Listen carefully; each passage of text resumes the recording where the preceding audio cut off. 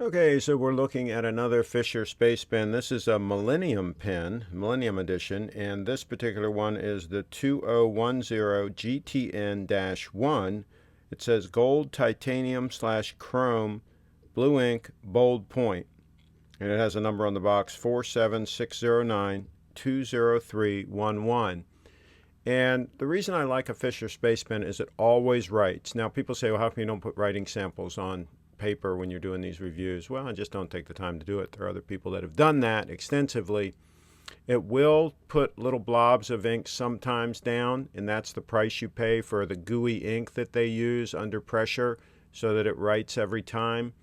But I will pay that price, and it's usually right when you first start out. So if you're really a stickler, have a piece of scratch paper handy and just kind of get that glob off the end and then start writing, and then it's pretty good. Maybe the bold point, which this one is, might have more of a problem with that than other pens, but I find in everyday use it's not really a problem for me.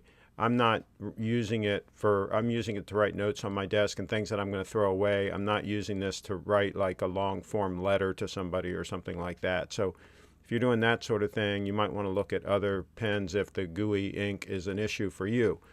So, having said that, these pens are extremely well made. The end fits on there just extremely precise, and it just feels great in the hand, and it writes every time. That's the big deal for me. I mean, how many times you had a ballpoint pen and you need to write something and it's just dried up, it won't write, and it's just worthless. And this can happen with expensive ballpoint pens, not just inexpensive ones. So I've never had, and I repeat, never had a Fisher Space Pen not write. And I've been using these for probably 6 or 8 years now.